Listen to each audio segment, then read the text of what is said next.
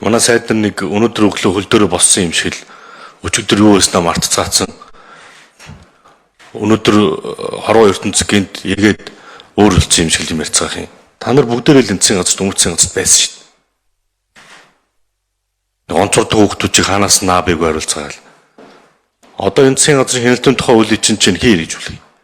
Энэ хуулийн дагуу Дархуул аймгийн засаг дарга сүүлийн 3 жил тендергүүр худалдаа болж 65 тэрбум төгрөг илрүүлсэн шүү дээ. Тэрийг хий гэж үлээ. Эхнийх нь. Хоёрдугаарх нь тэр хүн зориулж бүтцийдэг бас болмоор байгаа юм.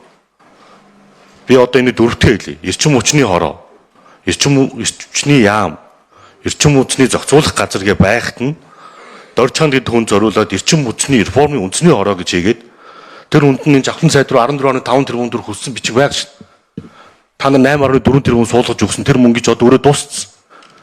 Тэгээ энэ мэт ингээ бүц зөөрчлөхөр энэ татвар төлөгч 8.4 тэрбум төгрөг чи ингээ та нар тайран биш юм уу?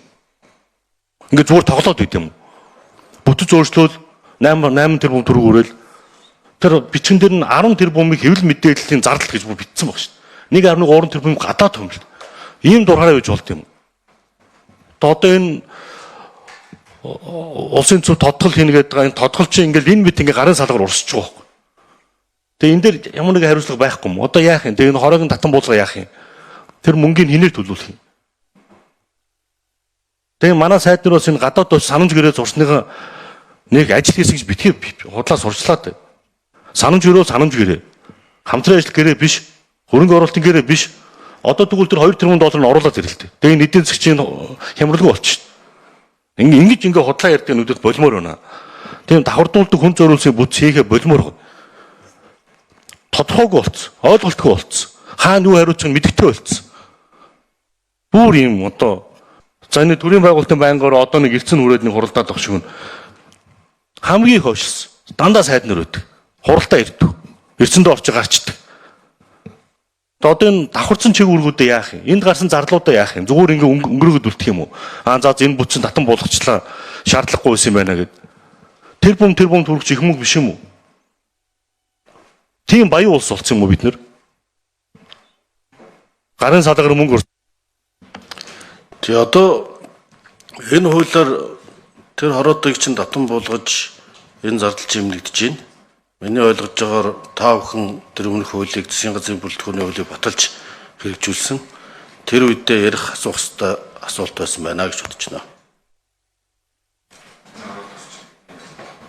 Тэр анх засгийн газрын бүцэхэд би эсрэг санал өгсөн. Ягаад тэгэхээр маш олон давхарцсан чиг үүргүүд байгаад байна. Өндөр чинь маш их зарлууд байна гэд. Одоо чинь тэр эрчим хүчний үндэсний реформын хороо гой нэртэй. Төрийн албаа агчаас өндөр цалинтай. Төрийн нарийн бичгийн дараагаас 4 дахин баг 3 дахин өндөр цалинтай ийм хүмүүс байна. За өнгөрсөн хугацаанд юу хийсэн бэ гэхээр цахилгаан дулаан нүүн нэмээд 650 тэрбум төгрөг цугласан.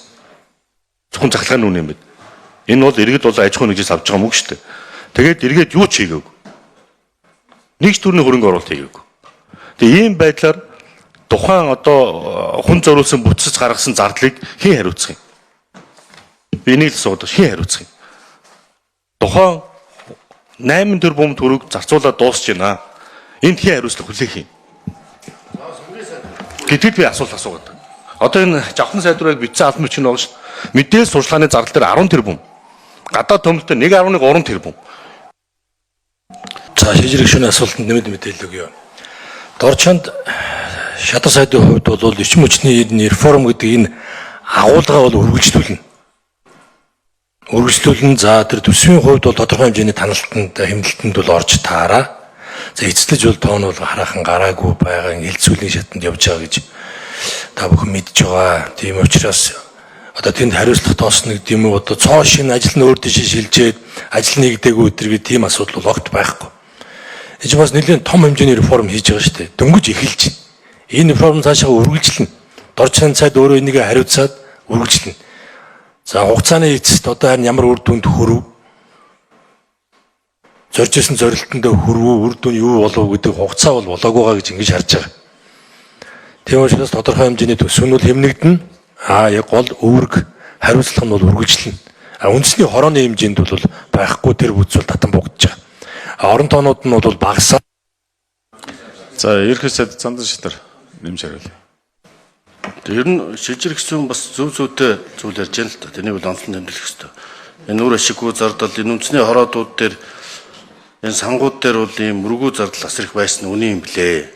Ийм учраас энэ 28 хороод сангуудыг татан буулгаж за одоо кино урлыг дэмжих өргөн нэвтрүүлгийн саналг нь одоо нэг дөрвжийн сангуудын дуулан тасраг байгаа дахиад энэ сангууд тэгээ үндэсний хороодууд дээр асар их зардлууд хуваарлагдсан байсныг л энэ бүрэлдэхүүний тухай хуулиар бүгдийг татан буулгаж чиг үүргүүдийг нь холбогдох сайдууд дээр төвлөрүүлж зардлыг нь зайлшгүй зардлуудыг нь бол таньж ингэж төсвийн хэмнэлтийг хэрэгжүүлэх юм бодлого явуулж байгаа. Тийм учраас таны тэр шүүмжилжсэн бодлогыг хэрэгжсэн байна гэж та ойлгож байна.